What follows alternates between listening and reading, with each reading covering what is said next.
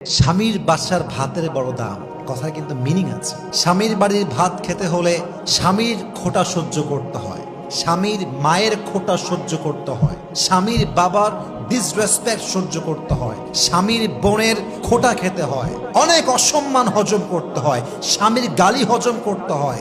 তাই মেয়েরা বলে স্বামীর বাড়ির ভাতের বড় দাম।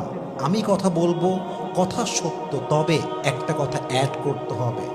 যদি আপনার স্বামীর বাড়ির ভাতের দাম এত বেশি মনে হয়, তবে মাথায় রাখবেন বিয়ের পরে স্বামীর বাড়ির ভাতের দাম যে পরিমাণ বেশি, আপনার নিজের বাপের ঘরের ভাতের দাম তার চেয়ে বেশি।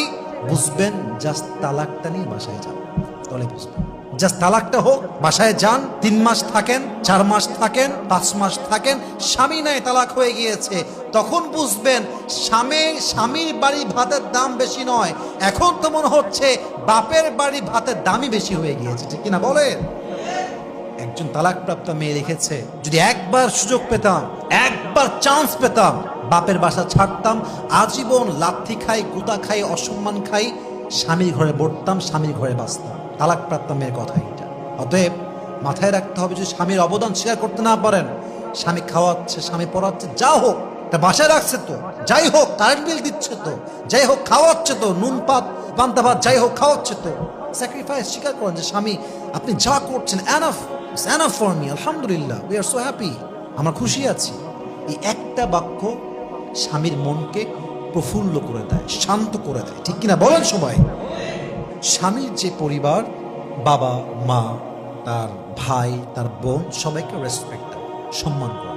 এখন অনেক মেয়ে আমাকে কমপ্লেন করে যে হুজুর, আমি আমার শ্বশুরকে ভালোবাসি, শাশুড়িকেও ভালোবাসি, কিন্তু তারা আমাকে দেখলেই পরের মতো আচরণ করে, কথাবার্তা খুব খুব ক্রিটিসাইজ করে বলে, বাজে বাজে কথা বলে, আমি তো হজম করতে পারি না।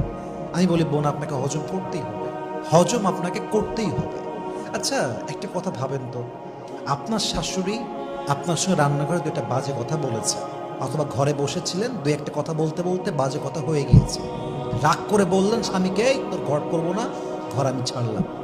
আমার অবাক লাগে সেই মেয়েদেরকে দেখলে, যে এই মেয়েরা শাশুড়ি একজন মায়ের মতো। আমি কথা ভুল বললাম না ঠিক বললাম? বলেন, শাশুড়ি মায়ের মতো, অবশ্যই তার মা এটা। আচ্ছা, এই শাশুড়ির সঙ্গে ঝগড়া হইল বলে আপনি ঘর ছাড়লেন, আপনি যে বাসায় গেলেন, আপনি তো মিয়া মায়ের সঙ্গে প্রত্যেকদিন উঠতে বসতে ঝগড়া করেন। হ্যাঁ, মেয়েরা ঝগড়া করে মায়ের সাথে, রান্নাঘরে ঝগড়া, খাইতে বসে ঝগড়া, রুমের মধ্যে ঝগড়া। তার মানে কি? একসঙ্গে থাকলে ঝগড়া হয়, স্বাভাবিক, ন্যাচার। তো আপনি মায়ের সঙ্গে ঝগড়া করলে সহ্য করতে পারেন কেন? ওইটা আপনার রক্ত। আর শাশুড়ির ঘরে সহ্য করতে পারেন না কেন? ওইটা আপনার রক্ত নয়। এই মাইন্ডসেট চেঞ্জ করেন। শাশুড়িকে একদম নিজের মায়ের মতো দেখবেন। শাশুড়ি ওল্ড জেনারেশন, আপনি নিউ জেনারেশন। আপনার শাশুড়ির চাইতে আপনাকে আরো বেশি স্মার্ট হতে হবে, তবে আপনি সাংসারিক জীবনে সুখী হতে পারবেন। ঠিক কিনা বলেন? অনেক মেয়ে শাশুড়ির জ্বালায়, যন্ত্রণায় সংসার ছেড়ে দেয়, কিন্তু তাকে কৌশলী হতে হবে, স্মার্ট হতে হবে, বুঝতে হবে এই বাড়ি হোক আর সেই বাড়ি হোক, উভয় জায়গায় মায়ের সঙ্গে ঝগড়া আছে না নাই? Take it easy, make it easy. আপনি আপনার হাজব্যান্ডের সমস্ত রিলেটিভসদেরকে যতটুকু পারা যায় সম্মান করবেন।